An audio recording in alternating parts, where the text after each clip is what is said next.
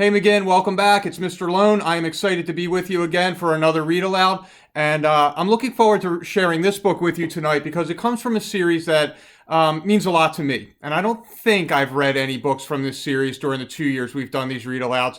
So this will be a good one. Growing up, I had a ton of Berenstain Bear books at my house. And I know for a fact today at my parents' place, just outside Philadelphia, they absolutely have all the Berenstain Bear books that I had as a kid, which is really cool because the reason I know it is because when we visit, my kids will or have in the past looked at them. So I wanted to read a Berenstain Bear book with you. It's one that's from the I Can Read Level 1 series. It gives a little bit of a look at places around the world. And so here is the Berenstain Bears Around the World.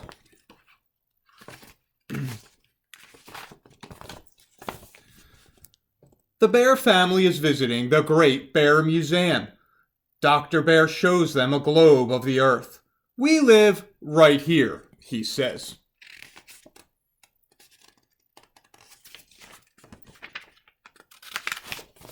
It would be fun to travel all around the world, says Sister. I agree, says Dr. Bear. Just follow me. Step inside my anywhere, anyplace machine, says Dr. Bear. He pushes a button, and everything starts to spin. When things stop spinning, they are in another country. Welcome to London, England, says Dr. Bear. The tower bell is called Big Ben. It makes a lot of noise, says Brother. Bing bong, says Honey. Again, Dr. Bear pushes a button. Welcome to Paris, France, he says. This is the Eiffel Tower.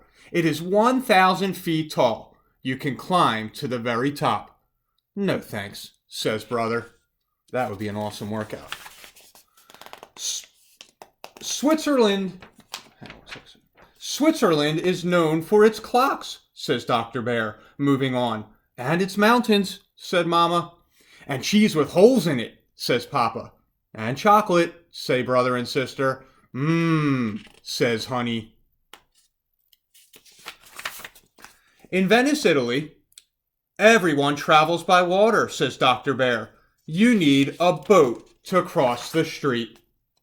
Egypt is part of Africa, says Dr. Bear. It is the oldest country on earth and mostly desert. But the Nile River gives it water. Great buildings and statues of long ago still stand here.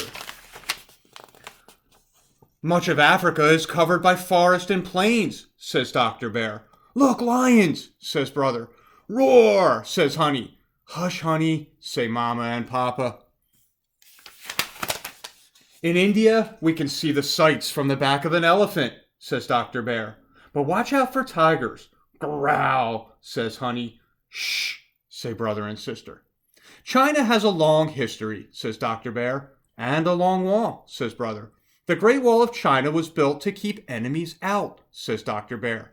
Well, it's wearing me out, says Sister. Australia has kangaroos, says Dr. Bear. They carry their babies in a pouch, and so does the koala. But it looks like a teddy bear.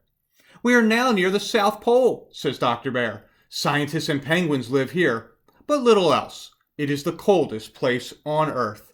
Brr, says Brother. South America is much warmer, says Dr. Bear.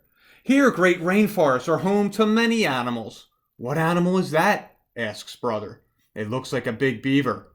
It is like a big beaver, but it is known as a capybara, says Dr. Bear. Now we'll visit Mexico, says Dr. Bear. Great cities were built here long ago. Canada is north of Bear Country, says Dr. Bear. It is a land of great natural beauty. Over half of the lakes on Earth are here. Our own country is the United States of America.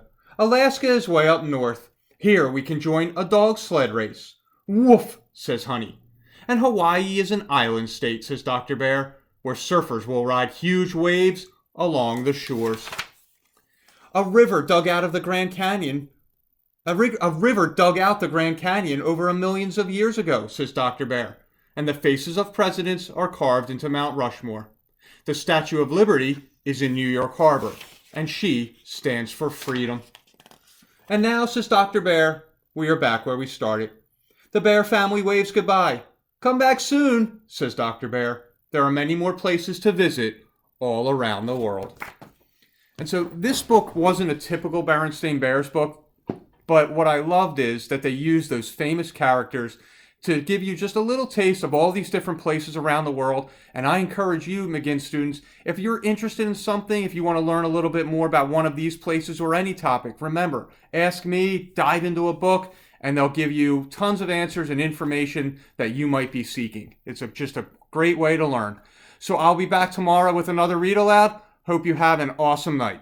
Take care.